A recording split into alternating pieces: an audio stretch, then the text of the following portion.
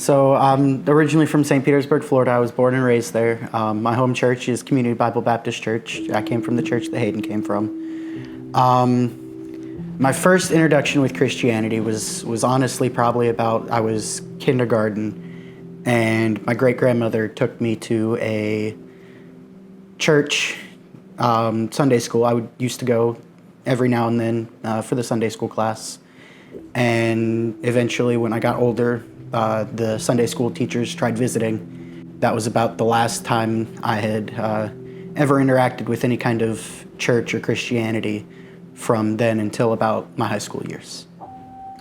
Well, one of my oldest little brother, I was in 10th grade and he was about first or second grade, around there. And a church bus came through our neighborhood. Just so happened to be community. They came through with their bus route and would pick up kids for on Wednesday nights.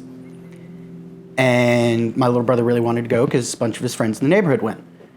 My dad wasn't really into wanting him to go, so he looked at me as the older brother and was like, "Hey, go with him. Make sure these people aren't trying to get you guys to drink the Kool-Aid." And so after that, I started going. At first it was just to check it out, make sure they weren't crazy. And so I ended up starting to go. I got involved in the teen group in that area, the bus teen group, and things. I started being more faithful than my little brother, and I just started going because I started learning about the Bible, and I thought it was pretty interesting. Yeah, I kind of find it funny. As a 16-year-old, 17-year-old, I was reaching the point where I wasn't really sure about things. I was confused about life. I was a punk. I was high school. I wasn't the best. It was a rough time.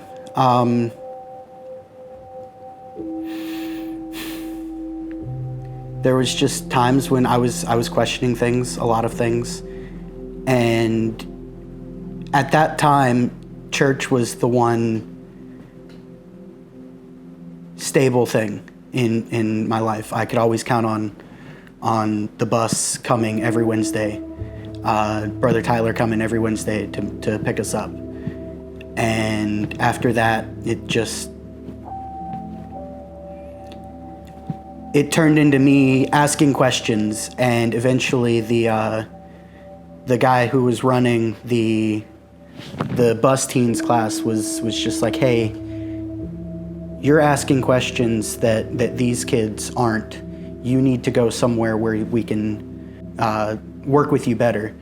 And they ended up taking me to the church teens class, the actual youth group. And that was where Pastor Paul, he was the youth pastor at the time, and he kind of took me and helped disciple me and tried to help disciple me in certain areas. And it was about that time where I started realizing my need for to be saved, and it was I kind of just pushed it off, like, I'll get to it eventually. I'll eventually get to it. And one of the VBSs, I invited one of my friends, and he ended up coming forward and getting saved, actually getting saved. And I was like, oh, well, if he's coming forward to get saved, I might as well come forward. And I came forward, and it was not for the right reasons whatsoever. I literally just went forward because he went forward, and because I was being a little selfish. He went forward, so why not I go? I've been coming to this church. Why haven't I come forward yet? So I went forward, and I, quote unquote, got saved. And then after that, the church was like, well, this is what this means. This is what this happened. If this is really what you did, then your next step is baptism. And so I got baptized. But all the while, it was just running through my mind, like I didn't do this for the right reasons. When they explained what baptism was, I knew what to say. I knew, yes, this is what I did this, but in my heart, I knew I didn't. And it was like that for another couple years, just fighting it. And then eventually it turned into me self-righteousness almost. The noble thing to do I started thinking, maybe God will have favor on me if I decide to die for my own sins.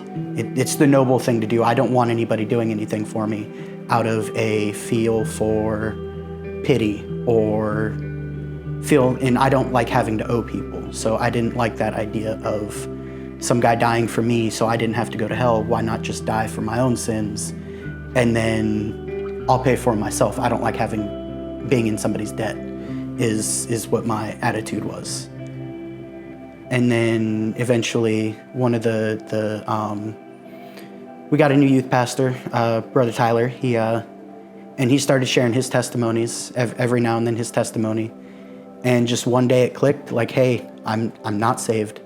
I need Jesus died for me, not because he felt sorry for me, but because he loved me.